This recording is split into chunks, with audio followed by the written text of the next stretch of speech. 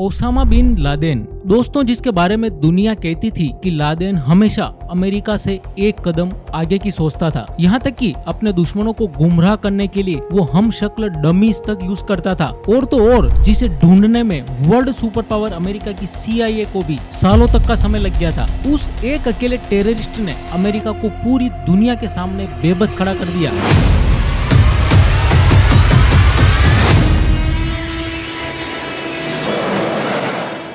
तो आखिर कौन था ओसामा बिन लादेन और वो कैसे मारा गया, और मरने के बाद भी ऐसी क्या आइडियोलॉजी थी लादेन की जो आज भी पूरी दुनिया के लिए खतरा मानी जाती है। आइए ये सब कुछ समझते हैं इस वीडियो में।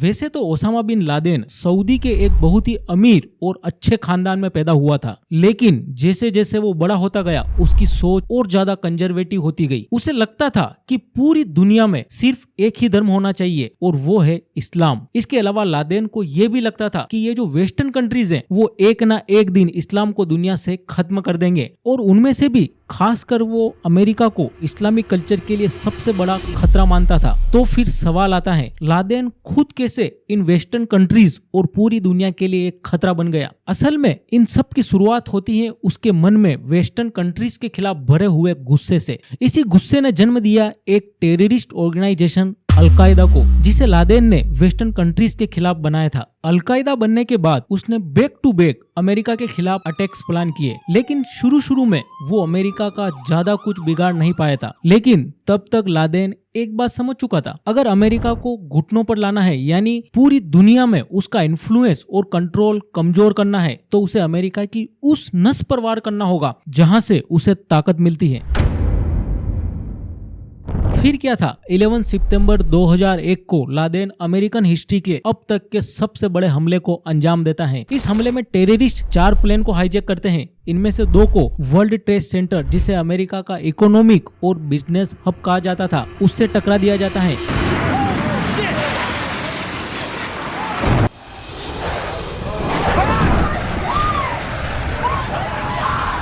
और एक प्लेन को द पेंटागन, जहां अमेरिका का मिलिट्री हेडक्वार्टर है, वहां क्रैश कर दिया जाता है। A live picture from Washington, and there is smoke pouring out of the Pentagon. It would appear that there has been another major explosion.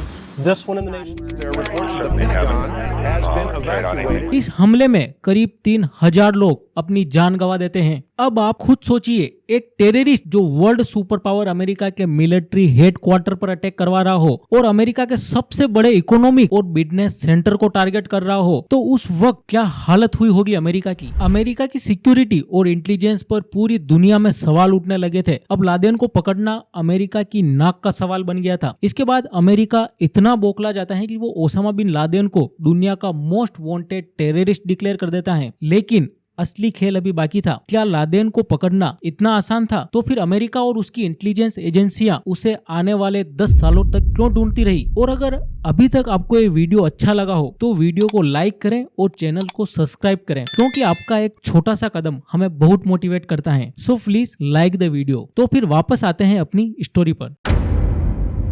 9/11 attack के बाद ओसामा बिन लादेन अंडरग्राउंड हो गया, लेकिन अमेरिका को पता था उस वक्त वो अफगानिस्तान में छुपा हुआ है, और अफगानिस्तान पर उस वक्त तालिबान की सरकार थी। अमेरिका ने तालिबान से ओसामा बिन लादेन को देने की डिमांड की, लेकिन तालिबान ने लादेन को देने से इनकार कर दिया। तब अमेरिका ने कई देशों की फोर्सेस और नेटो के साथ मिलकर ग्लोबल वॉर ऑन टेररिज्म की शुरुआत कर अफगानिस्तान पर वॉर डिक्लेयर कर दिया।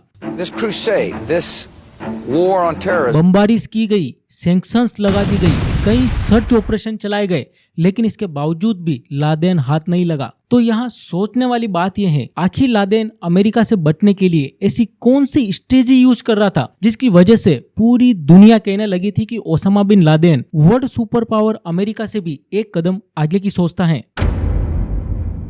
लादेन का ग्राउंड लेवल नेटवर्क इतना स्ट्रॉन्ग था कि CIA या US आर्मी के उसके ठिकानों तक पहुंचने से पहले ही उनकी खबर लादेन तक पहुंच जाती थी और वो तुरंत अपनी लोकेशन चेंज कर लेता था। और कुछ रिपोर्ट्स ये भी बताती हैं कि लादेन खुद के डमी यूज करता था। अगर हम इसे सिंपल भाषा में समझें तो डमी का मतलब होता है असली की जगह नकली यूज करना, यानी बिल्कुल उसी के जैसे हूबहू दिखने वाला। उस वक्त कुछ इंटेलिजेंट एक्सपर्ट को लगता था कि लादेन भी अपने हूबहू दिखने वाले, चलने वाले, दाढ़ी वाले और उसी तरह के कपड़े पहनने वाले डमी का यूज करता था ताकि अपने दुश्मनों को गुमराह कर सके। यहाँ तक कि 1993 से 1997 तक यूएस आर्मी के अंडर सेक्रेटरी रहे जोय आर रीडर की 2002 में फोक न्यूज को दी गई इंफॉर्मेशन से ये पता चलता है कि अमेरिका को भी लादेन के डमी यूज होने का शक था और शायद इसी कारण वो बार बार अमेरिका के हाथ से निकल रहा था।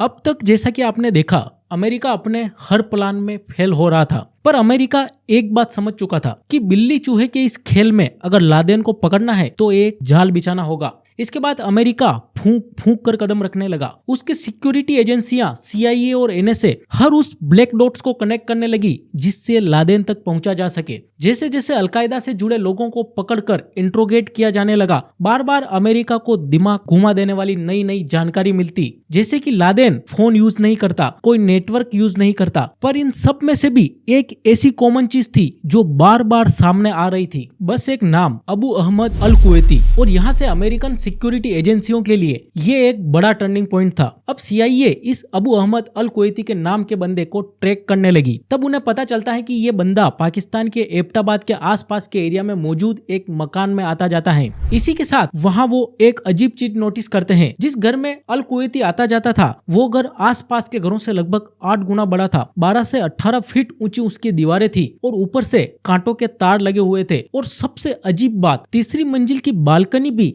7 फीट ऊंची दीवार से गिरी हुई थी ताकि बाहर से कोई अंदर ना देख सके। यहाँ तक कि घर का कचरा भी बाहर नहीं फेंका जाता था बल्कि अंदर ही जला दिया जाता था। सिर्फ अल कुवैती के अलावा ना कोई घर के अंदर जाता था और ना ही कोई बाहर आता था। बस कभी कभी एक लंबा सा दाढ़ी वाला आदमी घर के अंदर तेज तेज चक्कर लगाता हुआ दिखाई देता था। पर यही लंबी दाढ़ी वाला आदमी ही ओसामा बिन लादेन है, ये 100% कंफर्म नहीं था, क्योंकि अमेरिका जानता था कि लादेन अपने दुश्मनों को गुमराह करने में माहिर है। वो अपने हम शक्ल के डमी यूज करता है। लेकिन 10 सालों की कड़ी मेहनत के बाद अमेरिकी एजेंसियों के लिए लादेन के खिलाफ कोई क्लू मिला था, इसलिए वो किसी भी हालत में कोई रिस्क नहीं लेना चाहते थे। फिर अमेरिका इस सीक्रेट मिशन को अंजाम देने के लिए अपने सबसे सीक्रेट और डेंजरस कमांडो की एक टीम तैयार करता है जिसका नाम था सील टीम 6 और इस सीक्रेट ऑपरेशन का नाम रखा जाता है ऑपरेशन नेपच्यून स्पेयर।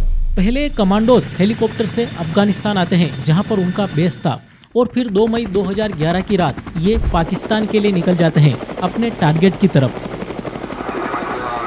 अपने टारगेट पर चुपचाप पहुंचकर कमांडोज उस अजीब से दिखने वाले मकान के फर्स्ट और सेकंड फ्लोर को क्लियर करने के बाद सीधा 3rd फ्लोर पर पहुंच जाते हैं जहां वही लंबी दाढ़ी वाला आदमी मौजूद था और उसके साथ उसकी 2 बीबियां भी थी।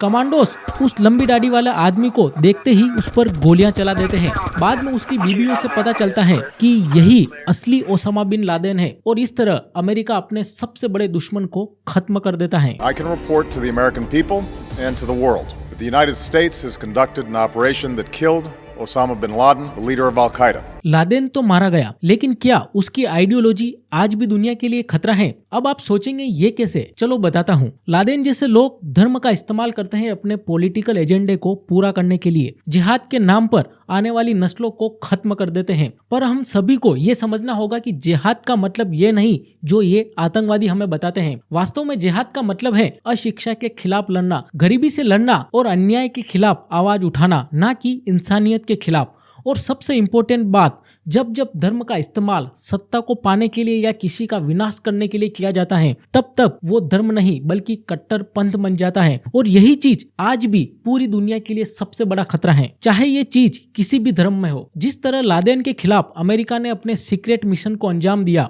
उसी तरह इंडिया ने भी अपने दुश्मनों के खिलाफ ऐसे ही सीक्रेट मिशन अंजाम दिए हैं। आप इस स्क्रीन पर क्लिक करके देख सकते हैं। और एक बार फिर से, अगर आपको ये वीडियो इन्फॉर्मेटिव लगा हो तो वीडियो को लाइक करें, कमेंट में अपनी राय जरूर दें और चैनल को सब्सक्राइब करना बिल्कुल मत भूलें। तो मिलते हैं नेक्स्ट वीडियो में।